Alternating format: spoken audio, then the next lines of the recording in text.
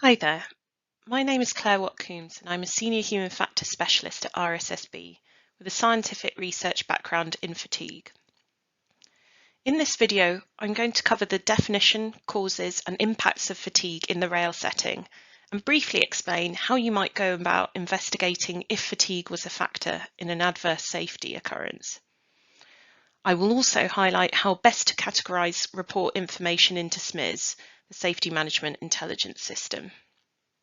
For more information on this, please see the guidance document accompanying this video, which covers this content in greater detail. So, how do we actually define fatigue? Researchers, doctors and practitioners in different industries tend to have their own ways of defining fatigue. But broadly speaking, fatigue is considered as a multidimensional construct or umbrella term to refer to a state of tiredness, weariness or exhaustion that causes a range of signs and symptoms. Together or in isolation, these can have an impact on one's behaviour, performance and health in the short or longer term. Like other constructs such as pain, understanding the state of fatigue and its effects requires understanding its causes. For instance, some people suffer from fatigue due to medical conditions like cancer-related fatigue or chronic fatigue syndrome, which have their own specific causes, symptoms and challenges. But in safety-critical shift work settings like the rail industry, research over the years has shown that the major risks of fatigue for frontline staff, especially with respect to safe performance, comes from the impact of shift work on sleep loss and body clock desynchrony. So let's talk about how sleep and our body clock, or circadian rhythm, affects our fatigue levels throughout the day, as these two factors play a major role in how alert or tired we feel at any given point in time. We all have a biological need for sleep, and for most people this need is somewhere between 7 and 9 hours of sleep per 24 hours. When we don't get enough sleep, we're unable to recover properly and our brain struggles to perform normally. This lack of sleep builds up over time, making it harder to stay focused, react quickly, or perform safety or time-critical tasks. And in general, the less sleep we get, the more fatigued we feel. However, research over the years has provided some general rules of thumb that are worth knowing about. People are more likely to experience fatigue-related detriments to their performance if they have had less than 6 hours of sleep in the past 24 hours, less than 12 hours sleep in the past 48 hours, or at any given point have been continually awake for 16 or more hours. So this is important to bear in mind for when we come to look at evidence sources for fatigue risks later on. Turning now to our body clock or circadian drive. This refers to the set of internal rhythms which control our natural sleep-wake cycle, telling us when to feel awake and when to feel sleepy. If our body clock is out of sync with the surrounding environment, like in shift work settings where we're having to be awake during the nighttime hours which we're not biologically programmed for, this can lead to increased fatigue even if we've had enough sleep. When you combine sleep loss with a disrupted body clock, for example, if you've only had 5 hours sleep and you're working for a long time during the nighttime hours, the impact on fatigue levels is even greater. And this combination can make it really tough for someone to stay alert and dramatically increases the risk of unsafe behaviours or performance, especially in jobs where safety is critical. So because the timing and duration of shifts can directly impact on our sleep and circadian drive, these are considered two of the major causes of fatigue in the rail setting. These are sometimes referred to as the sleepiness causes of fatigue, so how long it's been since the person has last slept and the quality and length of that last sleep, and the circadian influence of the time of day and whether the person's body clock is adjusted to that time. Workload factors, such as the length of time continually doing a task before having a break, and the level of concentration required for that task, as well as other factors such as stress or worry, can also impact fatigue levels and how people are able to perform over time. Some of these factors may be extrinsic, such as workload pressure from staff shortages or changes to the nature of the work task, or they may be intrinsic and specific to the individual, such as being distracted or worried about things going on at home. And then there are medical, genetic, lifestyle, and environmental factors that can individually or in combination also have an impact on one's sleep or exacerbate feelings of fatigue at different times of day. For example, some people tend to naturally feel and function better during the earlier or later parts of the day, and this is in part genetically determined and referred to as our chronotype. There are also environmental factors such as lighting, which can either boost or degrade alertness levels whilst at work, or have an impact on the quality of our sleep whilst at home. Because of the safety emphasis of the fatigue hazard in rail, we and the ORR, alongside other transport industry regulators, tend to focus on assessing and controlling these three drivers of fatigue. This is because we know that from research they exert the most predictable detrimental effects on performance and safety right across the workforce.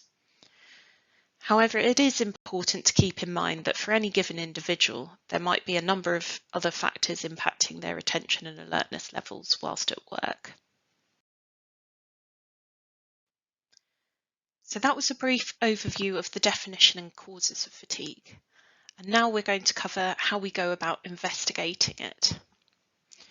So what we recommend is the following three-step approach, which I will cover in more detail over the next few minutes. First, you want to start by looking for evidence indicating that the individual was likely to have experienced fatigue at the time of the incident.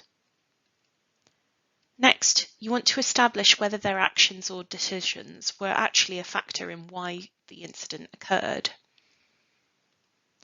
And finally, you want to look at whether their actions were consistent with known fatigue-related performance impairments.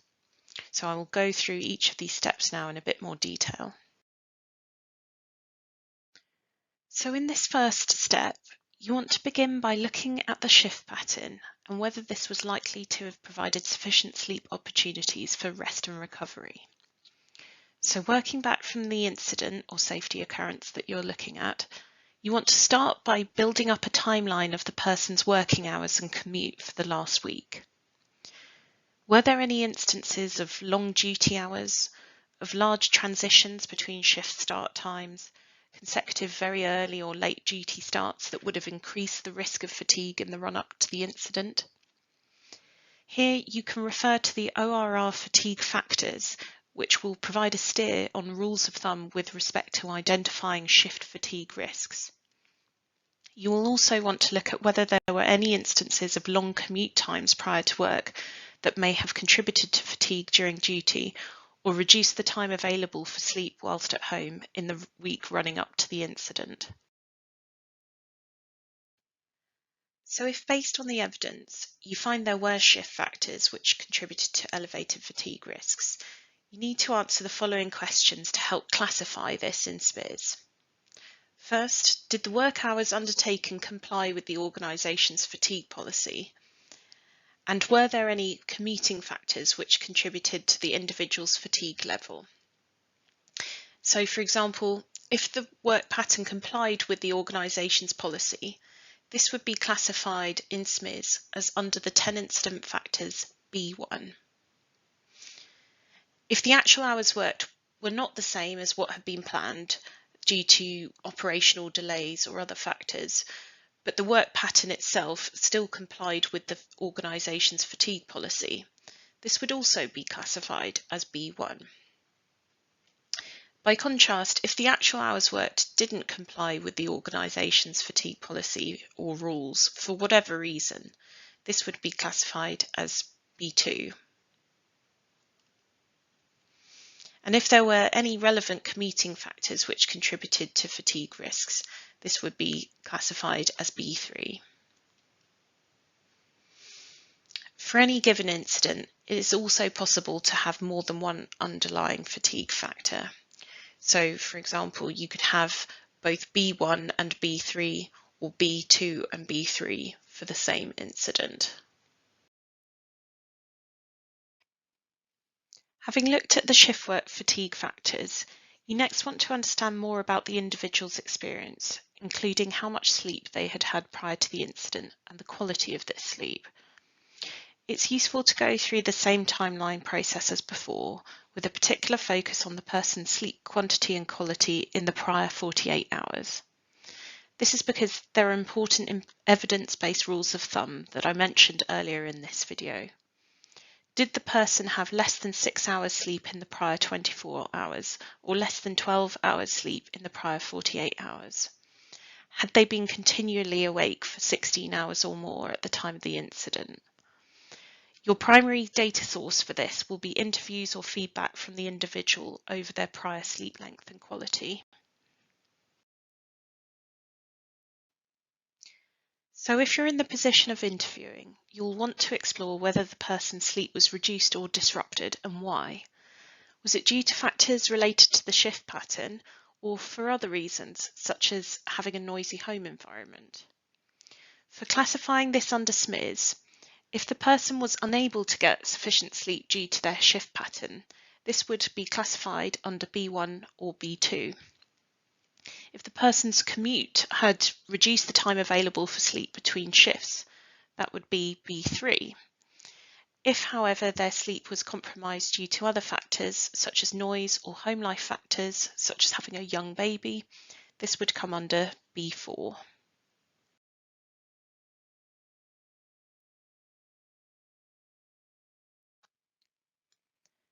You should also explore evidence on whether the person was dealing with any other causes of fatigue. For example, on the day of the incident, did the individual have any breaks? Where were these in the shift, and did they actually take them? Were there workload factors such as pressure from low staffing levels or changes to the normal content of work expected for that role that might have increased the levels of attention actually needed to do the job safely? Did the individual have any physical or mental health factors impacting their sleep or feelings of fatigue? And were there any environmental factors that exacerbated fatigue levels at work, such as poor lighting or working in high temperatures? And finally, were there any other home or lifestyle factors that could have impacted the individual's fatigue levels, such as diet, exercise, or domestic responsibilities? As before, in terms of SMIS categorisation, you want to understand whether any of these factors were because of the shift pattern that was either approved or not by the organisation, or if there were other causes of fatigue on the day. So, to give just a couple of examples, a lack of breaks that contributed to fatigue and degraded attention on the day would be either B1 or B2. Whereas if the person was feeling tired because they had been looking after a sick family member prior to work, that would be categorised as B4. The final part of step 1 of assessing the likelihood that a person was fatigued is to look at whether or not the individual displayed any observable signs of fatigue or indicate that they were fatigued. Example sources of evidence for this include interviews with the individual or colleagues working with them at the time, voice recordings, call log data, or CCTV footage if this is available.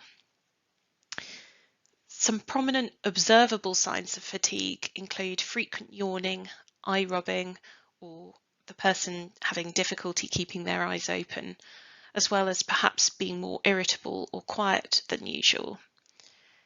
It might be the case that in some incidents there's no immediate evidence of elevated fatigue risks, or you don't have access to this information.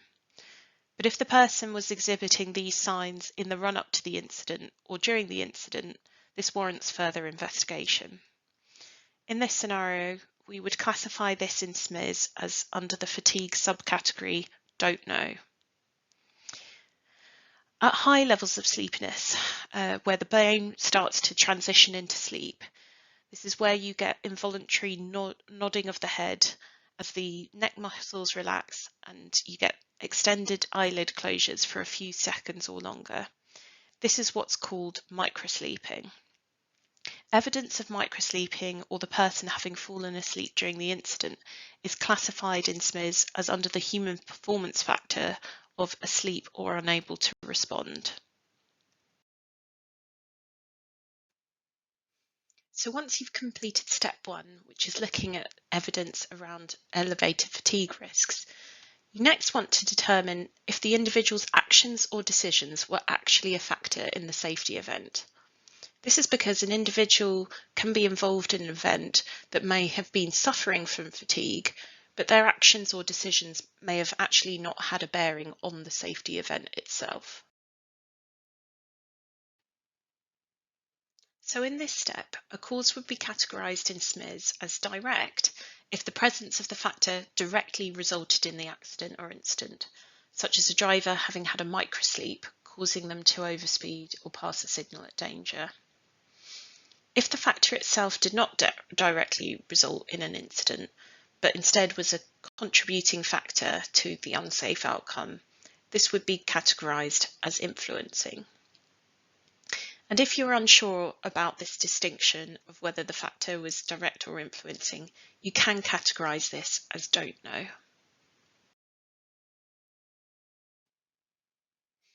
So now moving on to the final step of the investigation, we want to ask whether the person's actions or decisions were consistent with known fatigue-related performance impairments.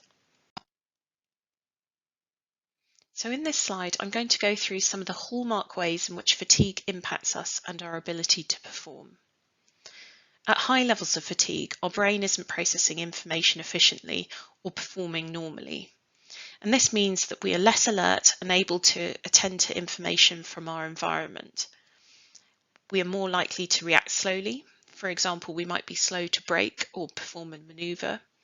Or we might miss things, such as not seeing a signal right in front of us because we're struggling to concentrate. We're also more prone to forgetting important details and updates, or remembering instructions that we've just been told. We're more likely to become distracted or focus on the wrong things, so losing that bigger picture context. And all of these factors can mean that we find it more difficult to make good decisions based on incoming information. With respect to our mood, we become more irritable when fatigued, and we might be less likely to talk to co-workers or communicate effectively. In general, all of us are more likely to make more errors, and whilst we might be aware that we feel tired, we might not actually realise how much this tiredness is negatively impacting our performance. And finally, if we get to the point of tiredness where we're no longer able to stave off sleep, we may involuntarily transition into sleep. So those are some of the common effects of how fatigue might impact safe performance that you should be considering during your investigation. Together, these 3 steps offer a way for taking a more systematic look at the potential contribution of fatigue in an adverse safety event. And we hope that this video helps to explain how to classify underlying fatigue factors in SMIS. For more information on this, please see the guidance document accompanying this video, which covers this content in greater detail, and visit the RSSB website to access more resources on both fatigue and accident investigation.